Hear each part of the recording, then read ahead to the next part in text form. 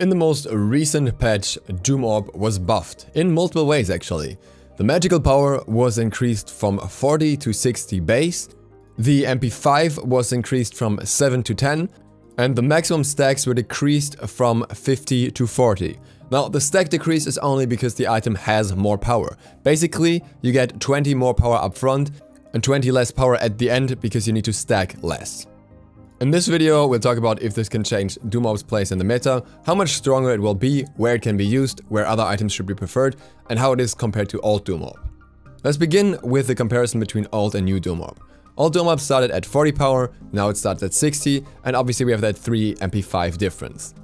That means that if we have 10 stacks, old Doom Orb will have the 60 power that a new Doom Orb has from the start, new Doom Orb has 80 power, then at 20 stacks, old Doom Orb has 80 power, where new Doom Orb has 100, at 30 stacks, old Doom Orb has 100 power, whereas new Doom Orb has 120. On 40 stacks, old Doom Orb will have 120 power, whereas new Doom Orb is completely stacked out with 140 power, and old Doom Orb gets the same power at 50 stacks. 10 stacks, assuming you don't last it every single one minion, is approximately 2 waves or 2 guard kills. Because if you die, you lose half your stacks. That means once you hit 50 stacks, you will go back to 90 power on old Doom Orb, whereas on the new one you can only hit 40 stacks, which would get you back to 100 power, so the difference here would be lower as you can get less stacks, and therefore the loss sets you to a slightly lower value. Yet still, especially if you die multiple times early on, the new Doom Orb will definitely be better, as you will not lose quite as much and you stack up a little bit quicker, and you still have that higher base power. Now, Doom Orb is an item you'd want to build early in your build. It's a snowball power spike item. As such, we should compare it to similar items. Bancroft's Talon would give you 100 power right off the bat, and it would give you up to 200 power if you lose a lot of health. It has 15% lifesteal in addition, but it's also 350 gold more expensive. Spear of Desolation would give you 80 power for the price of 2600 gold, which is a 550 gold difference, pretty much a tier 1 item. It would also offer 20 penetration and 10% cooldown reduction.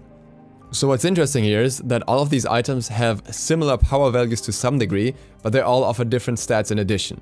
Now, Doom Orb has the lowest power right off the bat, but quickly catches up to Spear of Desolation at 10 stacks, which are super easy to get, whereas Bancroft starts at a fair bit of more power, a bit of a higher scaling, which would require you to stack Doom Orb halfway.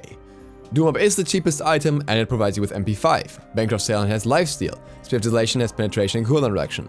So all of these items have very different niches when it comes to the additional effects along with the power, and I think that's where they separate best.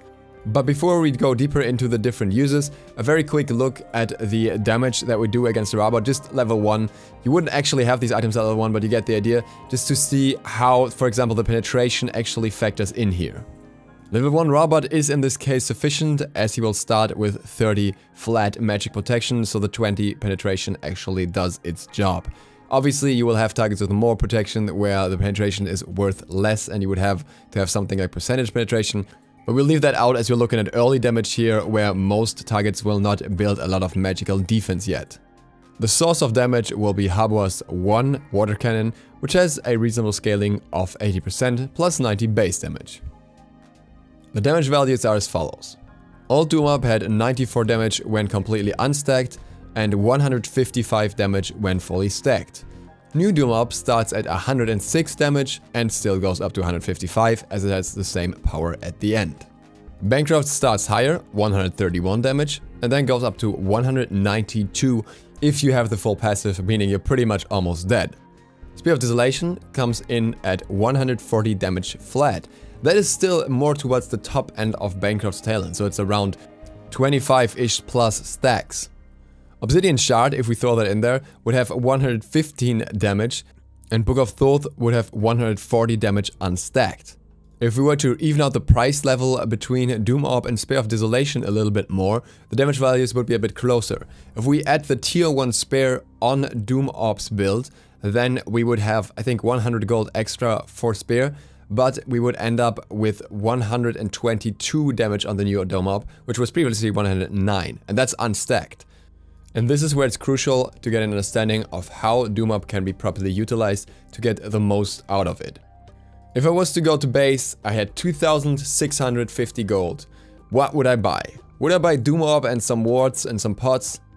Probably not.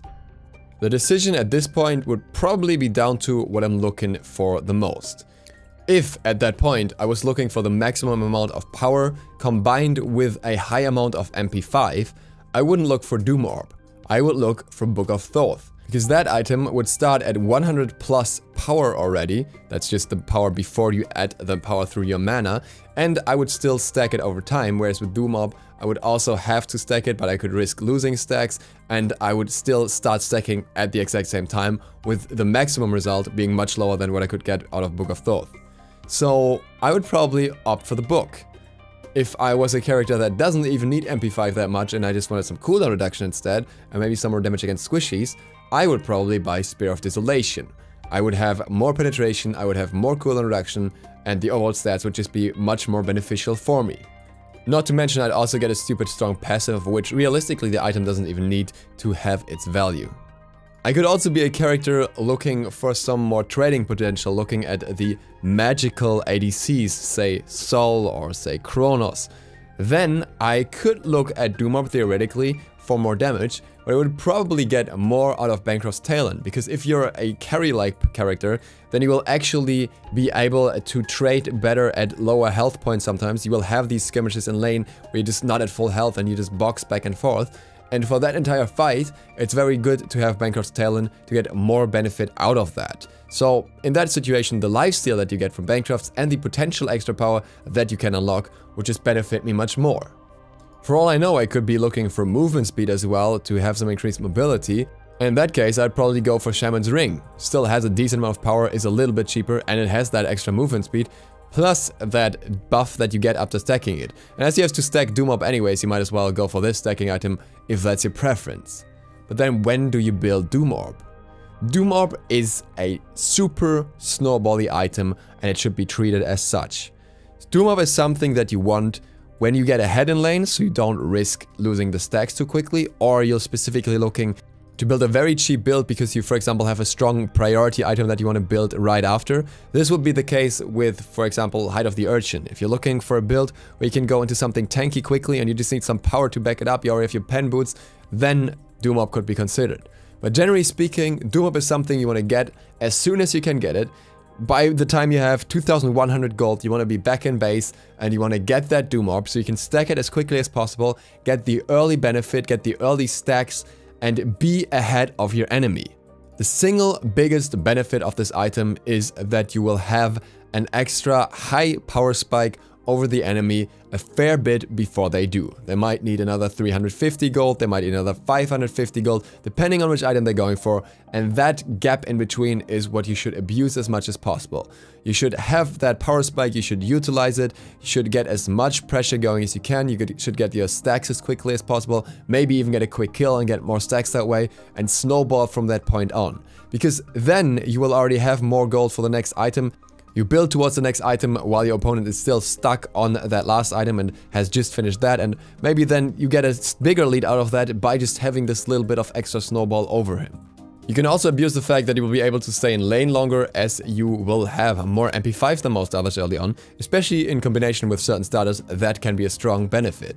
You want to make sure that you're able to stack Doom Orb relatively quickly as well, so as opposed to what I'm doing in the video, in jungle it's probably not ideal unless you get a lot of kills. I typically don't like doing this, but in this case I will actually recommend some specific gods and some gods where you'd rather avoid this. The gods where I think Doom Orb will be quite viable are Agni, Ragin and Thoth primarily, as all of them have strong range damage and escapes, so they cannot be focused out as easily. If they choose to go into this item option, they cannot be bullied as easily, so they can keep the stacks easier, and they benefit a lot from the extra damage. There's also Zeus, who can easily be focused out, but is such a strong damage-reliant character that he always wants to snowball anyways, and if he doesn't do that, he's kinda useless. So with him, it can still be very beneficial. There's some more questionable options that might work, like for example Nox, who just benefits a lot from other stats as well. Morrigan, same thing here, just especially CDR is very strong there. And Discordia, who doesn't scale quite as well with power, but might make use of this and is relatively safe. With other gods, you can still build this obviously, but often I would prefer other item choices, with most Spear of Desolation. And then with the magical ADCs like Sol, Freya and Kronos, or especially our Kwang as well, I would prefer something like Bancroft's Talon or maybe even Book of the Dead. Many of the less safe gods are simply better off with Book of Thoth if you want to go into a power stacking option, as that doesn't get taken away if you die once. Overall, I believe that the Doom Mob buff is a good thing that puts it in a more viable position than before. However, I do believe that it's still more of a niche item, especially as it's not quite that cheap and there are quite a few strong competing magical power items.